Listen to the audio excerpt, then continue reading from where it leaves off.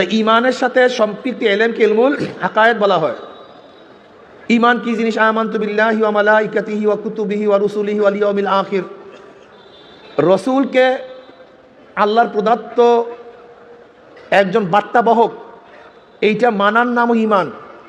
যদি আল্লাহকে মানেন, আপনি রসুলকে না মানেন, তাহলে আপনার ঈমান থাকবে না। আবার রসুলকে রসুলের প্রত্যেকটা গুণের সাথে মানতে হবে। যদি রসুলকে তার গুণকে বাদ দিয়ে মানেন, তাহলে আপনার ঈমান থাকবে না। উদাহরণস্বরূপ, খুব ভালো মতো বোঝার চেষ্টা করবেন। নবীদের মৌলিক দুইটা গুণ আছে। কয়টা গুণ? সমস্ত নবীরা নবী এবং মাসুম, তারা নিষ্পাপ। নবী আদম আলাইহিস সালাতু ওয়াস সালাম নবী এবং নিষ্পাপ। নবী নূহ আলাইহিস সালাতু নবী এবং নিষ্পাপ। আমার নবী নবী এবং নিষ্পাপ। নবীকে নবী মানলেন, নিষ্পাপ মানেন নাই, আপনি আহলুস সুন্নাত ওয়াল জামাত থেকে বের হয়ে যাবেন।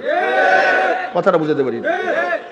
নবীকে নবী মানছেন, কিন্তু কি মানেন নাই, আপনি আহলুস সুন্নাত ওয়াল জামাত থেকে বের হয়ে যাবেন। শুধু নবীকে নবী মানলেই হবে না, নবীরা মাসুম এই কথাও মানতে হবে।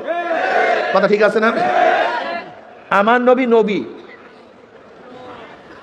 নিষ্পাপ এবং শেষ নবী। দেখেন, নবী নূহ আলাইহিস সালাতু ওয়াস সালাম নবী, নিষ্পাপ, কিন্তু শেষ না। নবী ইব্রাহিম